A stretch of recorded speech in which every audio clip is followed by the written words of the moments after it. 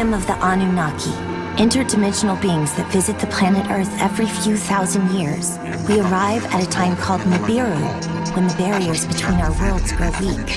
The Anunnaki have a great history of helping humans, but we have no physical form and must inhabit animals. This is why some animals, our descendants, can talk and others cannot.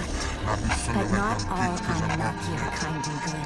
There are evil ones, and the most evil one of all is... Grand Rising family, it's your boy A-Roller the artist from Take Risk the Label, and today we dropping gems.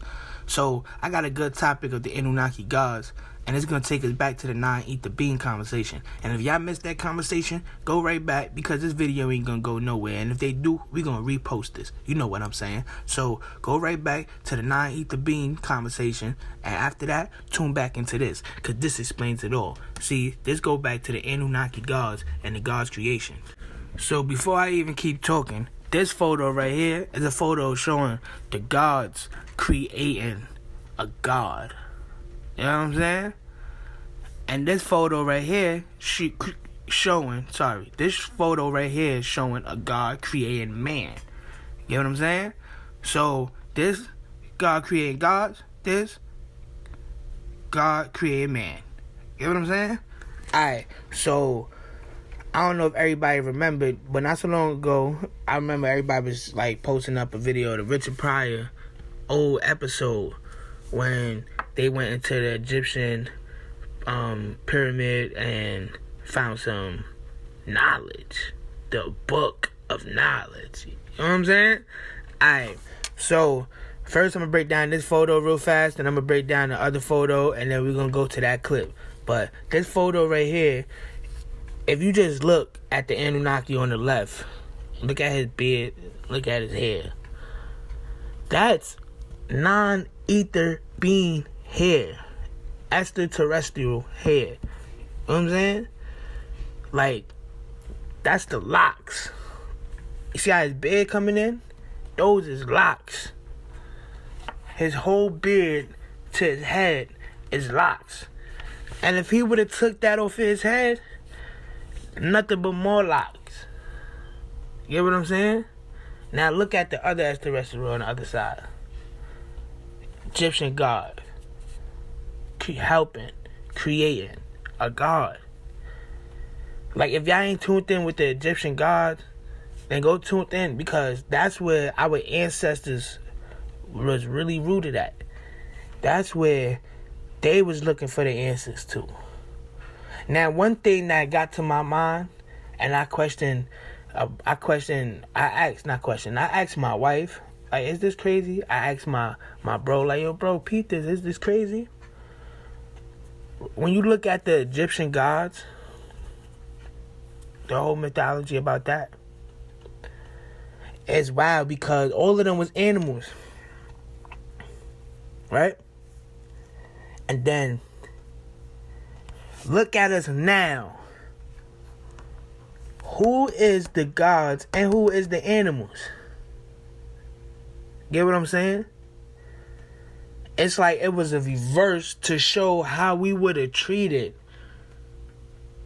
the gods if they was in different forms. Think about it. When they said right here in this video, At a time called Nibiru, when the barriers between our worlds grow weak. The Anunnaki have a great history of helping humans, but we have no physical form and must inhabit animals. This is why some animals... they have a great history of helping humans, but they don't have no physical form, so they come as animals. Get what I'm saying? Like, they come as animals and other extraterrestrial beings.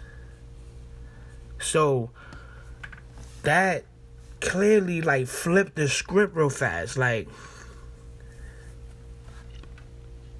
we was once them and they was once us. But look how we treat them.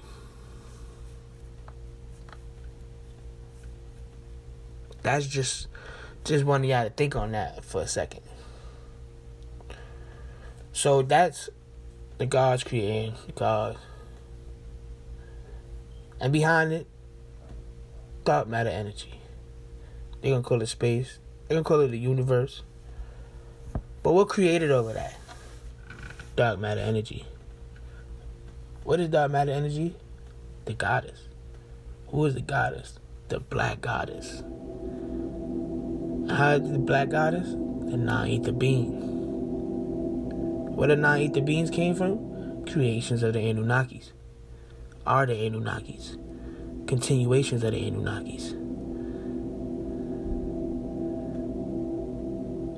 Descendants of the Anunnakis.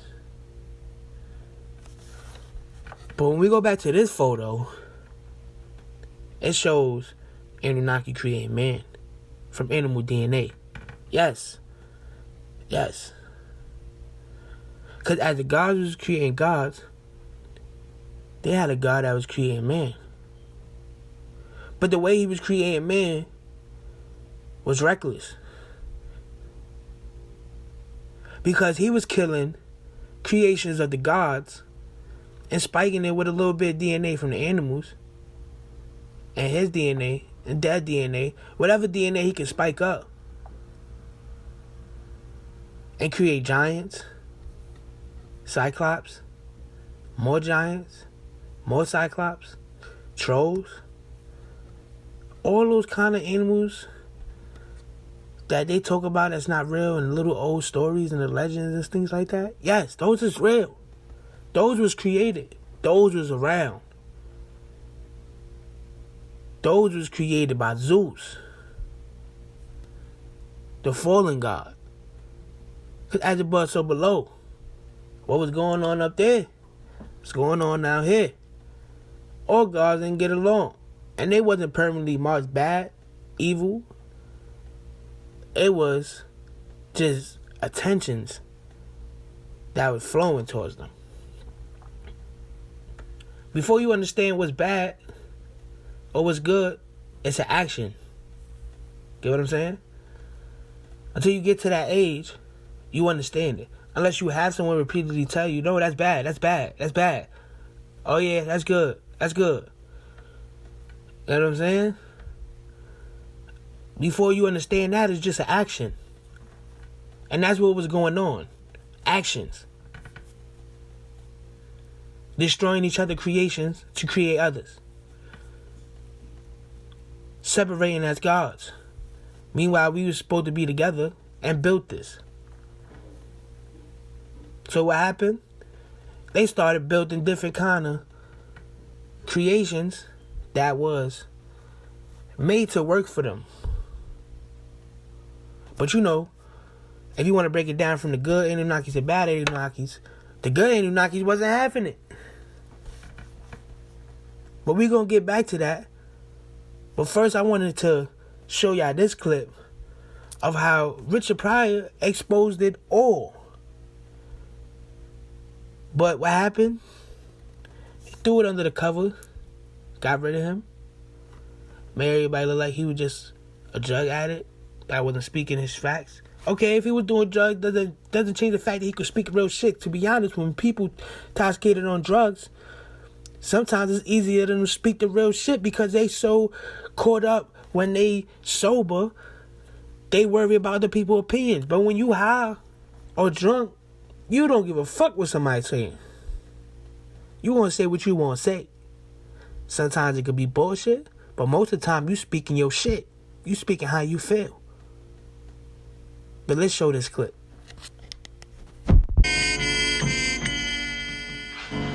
Professor! I got it open!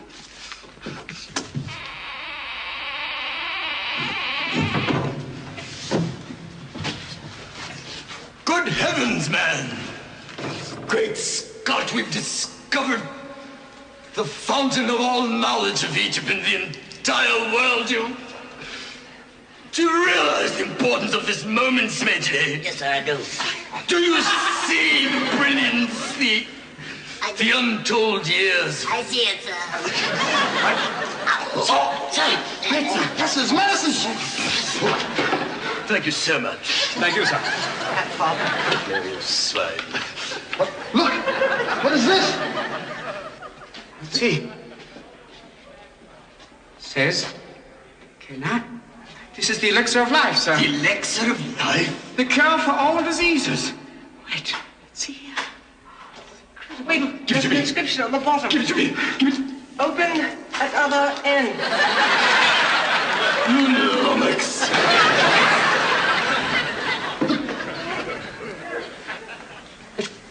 This can't be, man. What? You know what this is? What is it, Buddha? It's the book of life.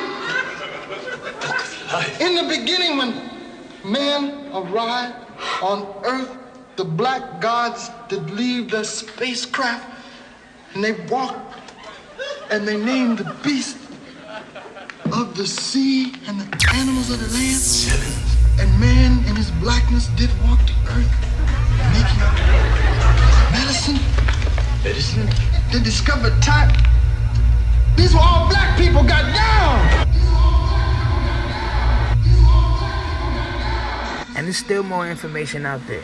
But we're going to wrap this one up, and we're going to make a part 2. So I want everybody to tune in. And like I said, if y'all ain't get to watch the Nah Eat the Bean video, then go ahead, click that, and then come back to this one. But don't forget to put the thumbs up, subscribe, and write a comment below if you want me to get anything next. Peace, family.